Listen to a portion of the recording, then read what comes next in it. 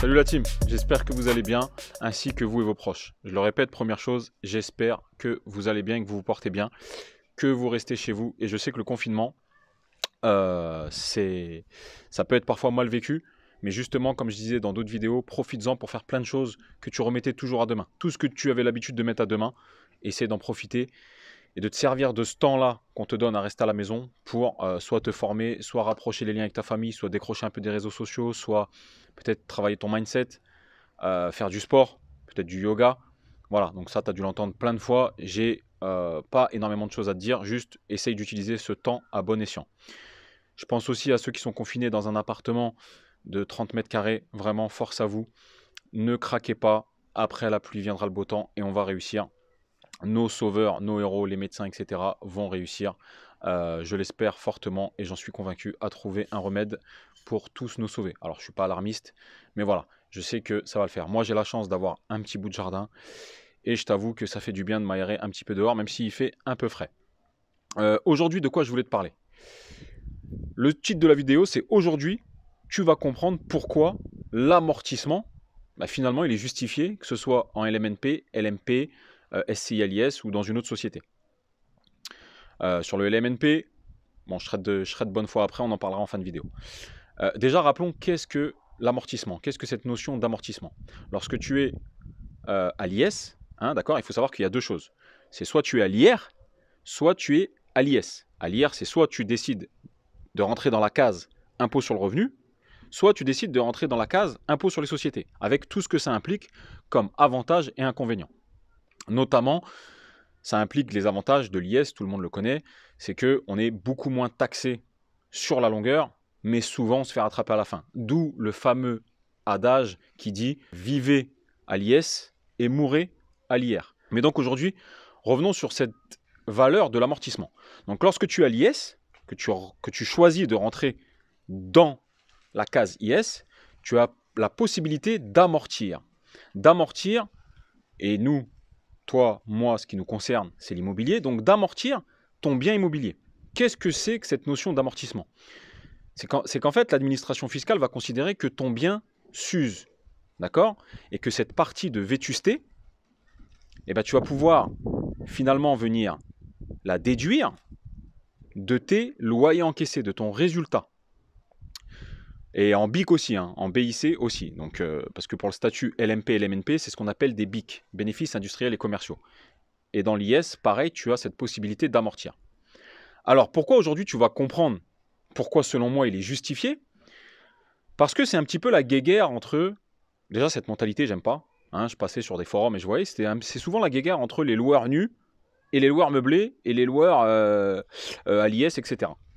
Les loueurs nus, quand je vois sur des forums, ils reprochent que nous, les loueurs meublés ou à l'IS, on puisse amortir le bien, déduire les frais d'acquisition, etc. Effectivement, c'est un super avantage, ça, de pouvoir déduire les frais d'acquisition, les frais de notaire, de pouvoir déduire cet amortissement, donc cette partie vétusté du bien. Je te fais le topo en gros vite fait pour t'expliquer ce que c'est l'amortissement.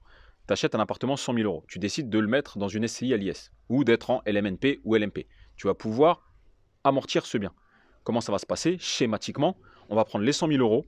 Il y a plusieurs composants. Il y a des composants qui s'amortissent sur 7 ans, sur 15 ans. Le gros œuvre sur 30, 50, à voir avec ton comptable. Mais moi, là, je te schématise. En gros, tu vas prendre tes 100 000 €, tu vas prendre 20 ans et tu vas diviser les 100 000 € sur 20 ans. Ça va te donner, de calcul de tête, 5 000 € et tu vas pouvoir venir déduire 5 000 € sur tes loyers. Imaginons que cet appartement de 100 000 €, il te rapporte, si tu as bien acheté, allez, au minimum 800 € par mois. Ça te fait déjà presque 9 000 € à l'année. Donc déjà, quand tu as 5 000 € de charges d'amortissement à venir déduire, lorsque tu rajoutes taxes foncières, charges de copropriété, les petits allers-retours que tu as fait en gasoil, des petits travaux, finalement, tu vois que tu arrives à générer au moins 9 000 € pareil pour amortir, pour venir contrer tes loyers encaissés. Il y a du vent, j'espère que tu n'en entendras pas trop. Petite précision, évidemment, on n'amortit pas sur la valeur du terrain, mais là j'ai schématisé. Vraiment, si on veut aller dans le bout du calcul, sur ton appartement de 100 000 €, ton comptable, selon la région où tu te situes, il va compter le foncier, la terre, le foncier, là où c'est posé, la valeur du terrain entre 10 et 20%. Et ça, il va le déduire. Allez, prenons 20% sur 100 000 €, ça veut dire qu'il va déduire 20 000 €, et du coup, il va amortir 80 000 € sur une moyenne de 20 ans. À voir avec ton comptable, ça peut s'optimiser. Mais là, aujourd'hui, ce n'est pas le but de la vidéo. Le but de la vidéo, c'était quoi? C'était aujourd'hui pourquoi je voudrais te faire comprendre que cet amortissement qui est tellement décrié chez nous par les loueurs nus, déjà cette mentalité j'aime pas, c'est un peu, voilà, je vais sortir du cadre, c'est un petit peu aussi la mentalité que je voyais moi quand j'étais à la SNCF, des gens qui disaient ouais, la SNCF vous êtes des privilégiés, la retraite et tout, venez comme nous. Mais pourquoi tu dis ça? Je comprends pas. À la rigueur que tu te battes pour dire nous on veut comme la SNCF, là je comprends, bravo, bats-toi pour venir comme nous. Mais qu'est-ce que tu gagnes à te battre à ce que nous on vienne comme toi? Que nous on rajoute 5 ou 7 piges. Et tu gagnes quoi en fait? Ah, je suis content, ils sont comme moi. C'est pour ça que j'adhère pas avec cette mentalité. De se battre comme ça, de mettre autant d'acharnement pour que quelqu'un ait les mêmes conditions que lui et que, en fait, toi, dedans, tu gagnes rien.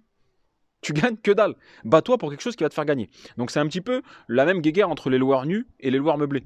Certains loueurs nus, sur les forums que je vois, se battent pour que nous, on perde cet avantage d'amortissement. Ils oublient de préciser une chose, c'est que nous, dans la plupart des cas, on bénéficie de la plus-value professionnelle. C'est-à-dire que le jour où on vend, effectivement, on a amorti pendant X années, mais le jour où on vend, eh ben, on prend la valeur nette comptable pour compter notre plus-value. D'accord? Sauf, tu sais que je suis quelqu'un de bonne foi, et aujourd'hui je vais te le dire, c'est vrai que sur le LMNP, là, d'accord, je peux comprendre que ce soit remis en question. Parce que le LMNP, c'est un peu un statut hybride, où il a les avantages du particulier et de la société. Donc il amortit, et en plus, il bénéficie de la plus-value des particuliers. Là, si on veut être franc, je comprends les râleurs. Parce que tu amortis, donc tu ne payes pas d'impôt sur quasiment toute la longueur. Et en plus, quand tu vends, bah, tu bénéficies de la plus-value des particuliers avec les abattements pour durée de détention. Et en plus, tu as amorti tous les travaux, pas réparation, entretien, mais tout, hein, agrandissement, etc., ce que tu ne peux pas faire en nu. Donc c'est pour ça que c'était le Graal et que ça va certainement, être remis en question. C'est sûr, ça va être remis en question et je pense que le LMNP il va changer et passer en plus-value professionnelle. Voilà, c'est qu'un pronostic. Mais en tout cas, pour les autres, SCILIS ou les autres sociétés, ou moi-même le LMP, pourquoi tu veux me l'enlever? D'une part, mon bien, il s'use vraiment. Il s'use vraiment, je fais des travaux. La porte qui s'ouvre 150 000 fois par an, les fenêtres qui s'ouvrent 200 000 fois tous les 10 ans, ma toiture qui s'use, tout ça, ça s'use. Vraiment, si on prend la définition même de l'administration fiscale, qu'est-ce qu'un amortissement? C'est une part de vétusté qu'on peut venir déduire de son bénéfice encaissé. Mais le bien, il s'use réellement. Mais dans la tête des gens, pourquoi ça passait pas? Parce que les gens, ils corrélaient ça avec la hausse potentielle de l'immobilier.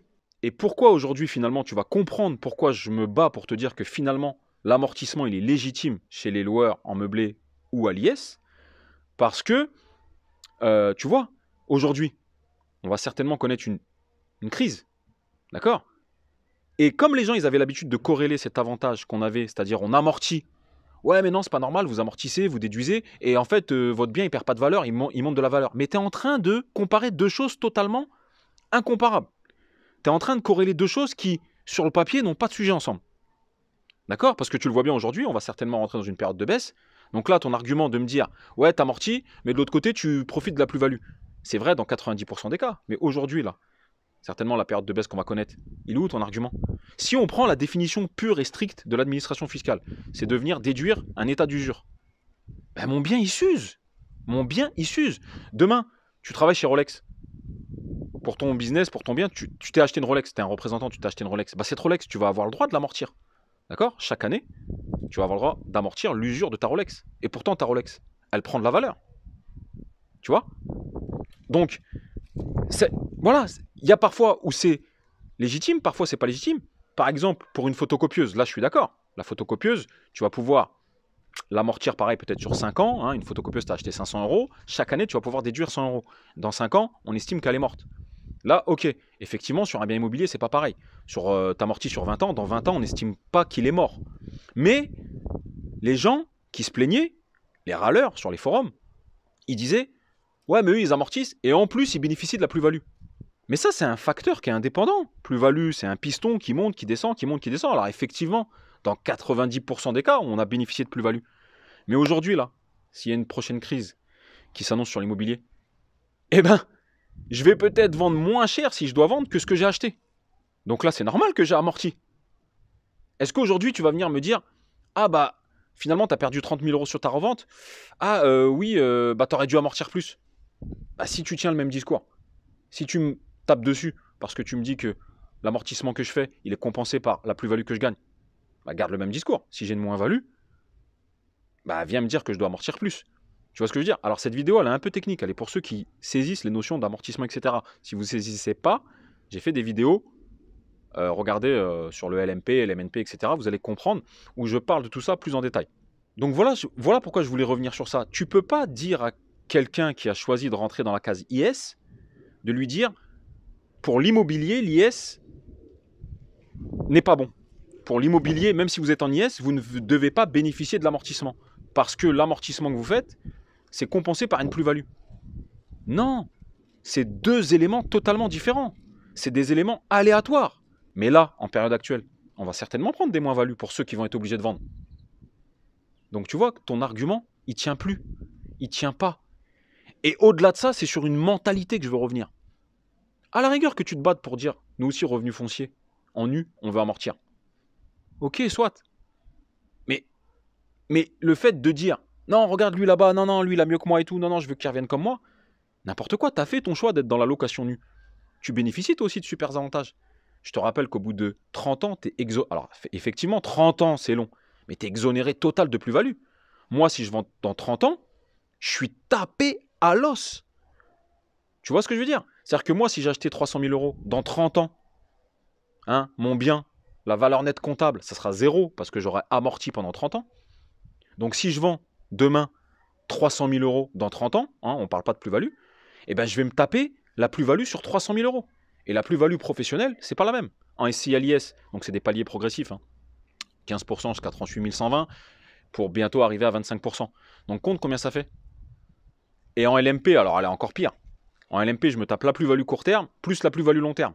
Bon, alors si je vends au bout de 30 ans, 15 ans, je suis exonéré de plus-value long terme. Et ce que je veux dire, c'est qu'à la sortie, la fiscalité, nous, sur la plus-value, on se fait 1000 fois plus matraquer que toi, qui vends en 30 ans, tu as acheté 300 000 € comme moi, tu vends 1 500 000 €, tu n'auras plus de plus-value dans 30 ans. Donc en fait, ce que toi, tu vas gagner à la sortie, bah, c'est tout ce que moi j'ai eu pendant la durée de traitement. Et encore, je crois même que tu es gagnant. Mais après, c'est un choix. Tu as choisi d'être dans l'IR, tu as choisi d'être dans l'IR. Tu choisis d'être dans l'IS, tu choisis d'être dans l'IS. À part le statut LMNP, où je l'accorde et je suis de bonne foi, il y a quelque chose à redire. Sur les autres, tu ne peux pas venir me dire que je fais de l'amortissement et que ce n'est pas justifié. Que le bien ne s'use pas. Le bien en lui-même, il s'use. Moi, mes immeubles, ils s'usent. Je les vois, je les livre comme ça. 5 ans après, je vois tout ce que j'ai à refaire dedans. Les peintures, de la boiserie, les portes, ils ont pris un coup, souvent les fenêtres, le mobilier a changé, ça s'use. Les ballons d'eau chaude, je te raconte même pas, ça s'use. Ne dis pas, non, le bien il s'use pas. Le bien s'use. J'ai d'autres vidéos à vous sortir que je devais faire, mais comme je suis en confinement, je ne peux pas. Notamment la livraison de mon immeuble après mon incendie. Vous allez voir, je vous avais fait l'incendie que j'ai subi. Ben, aujourd'hui, la livraison, ça devait être là. Les travaux sont finis, mais on ne peut pas faire la livraison. Je vais vous emmener dans un de mes appartements, un T2, qui pour moi, pour commencer, le T2, c'est le meilleur produit. Ce n'est pas le plus rentable. Le plus rentable, je le répète, c'est le studio. Hein, parce qu'en termes de surface, prix de location au mètre carré, un studio, ça reste plus rentable. Mais beaucoup plus de turnover et tout. Pour moi, le meilleur rapport tranquillité pour commencer, bon plan, c'est le T2 avec une chambre.